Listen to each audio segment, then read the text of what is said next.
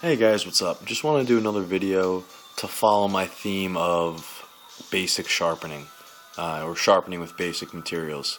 Some of my sandpaper is getting old and beat, so I went to Walmart and bought two more, I don't even know what you want to call them, two more packages of sandpaper, 5 sheets each. This time I got 320 grit sandpaper and 2000 grit sandpaper. Sorry if I stumble or stutter. It's 2:22 in the morning. Had a long day. Drove for about 7-8 hours. So please excuse any verbal mess ups. But back onto the topic. Just to practice sharpening some more. I only have a couple knives right now. I used my roommate's old kitchen knives. So I went from 320 grit to the 2000 grit just to see what would happen. And the knife, this is one of the other ones I did not touch up yet or sharpen. So you can see what I'm working with. Very small bevel, kind of chipped up. You can almost see it sparkling at you. That's how gritty it is. That's how rough the edge is. And these things are beat, man. I mean, these are old. Some of them are coming apart. They're really trashed. But I figured, I'd bring some back. I'd try it out, get some sharpening practice, and help them, or just get some of our knives sharper. All right. So you just saw what I had to work with. And then here is the results. Going fairly quickly, not concentrating too much, from 320 to 2000. Alright, bigger bevel as you can see. And there it is. Look at that. You know what? Look at that. That is a decent mirror polish. It's not perfect, but not too bad, especially for what I had to work with. And I was definitely able to remove a decent amount of metal. There you go. Can you guys see the reflective word in the top of that? So I was definitely able to remove a decent amount of metal because there were very large chips in this. Definitely there were big chips in this, and there still are some. There's some at the tip. I don't know if you guys can tell. There you go. There's still some. I just didn't feel like working that hard to get it all out. It's a simple kitchen knife just to cut whatever we're eating that night. Mostly steak, probably. And it'll do the job just fine, especially now. But I think it's a great result. And I went, like I said, I went from 320 grit sandpaper to 2000 grit sandpaper. I bought these packages. They're Sandblaster. I'll show you the package later. Sandblaster sandpaper. I literally spent, I think it was $3.67 per package. $3.67 per package. That is under $8 to get a mirror polish on. Granted, this is probably very crappy steel, but to get a mirror polish on something, I think that's pretty cool. Also, a quick update. Here's my Strider SNG. After I showed you the other video of sharpening it up, getting a little polish on it, it's still a decent polish. And I have used this. It doesn't look like it, but man, their S30V holds up well. I have not done anything abusive. I haven't whittled wood. I haven't chopped down. I haven't chopped down a mailbox post like Peter Moore referenced to in one of his videos. If you saw his video, if you watched these knife videos for a while, you'd get it. Sorry for the random comment, but here it is. It has seen some use and it's held its reflectiveness pretty well. I do plan on reprofiling this eventually, but having an SNG with a thick blade and a steep bevel isn't the worst thing in the world. It still cuts, it slices fruit, so I can't complain.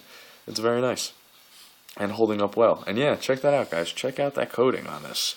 I've used this. This isn't baby. This isn't brand new anymore. I've used this and the coating is holding up excellently. So that's a nice little update for you guys.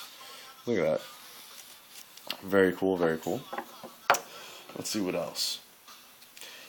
Just for some knife maintenance, I have an S90V Para 2 in the carbon fiber, as you guys can tell. Right here. And all I've done with upkeep for this knife is literally I've stropped it on the 2000 grit sandpaper in a stropping motion, not in a sharpening motion. So I've been going away like that instead of coming in. So I've only been doing a stropping motion like such. And look at this edge. I mean, you can see right there, especially towards the tip, it's more prevalent. You can see it's starting to get a mirror polish, and this is going from even at the very bottom, the very cutting edge, it's starting to get a very nicely reflective mirror polish. And this is literally just from stropping on 2000 grit sandpaper. And I do this not even every time I use it. Every couple times I use it, just to keep it up there, because S90V is probably a pain in the ass to sharpen.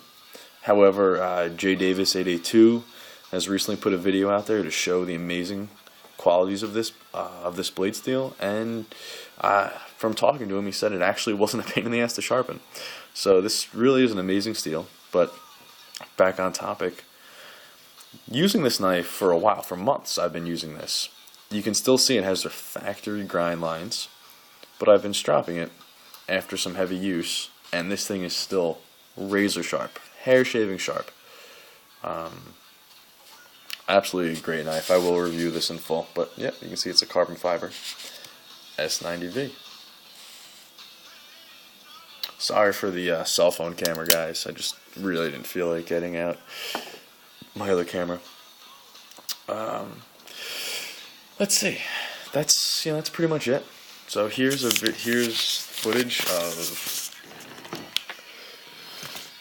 that's the 320 grit sandpaper I used. Okay.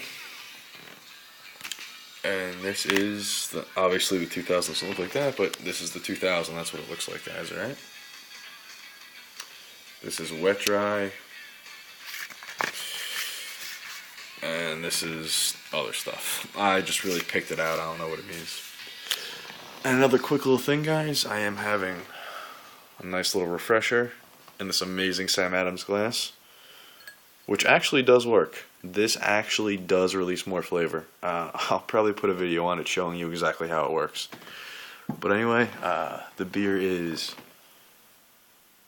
Pumpkin UFO, and it's quite good. Quite good. I'm definitely in the mood for their Oktoberfest, Harvest Fest brews.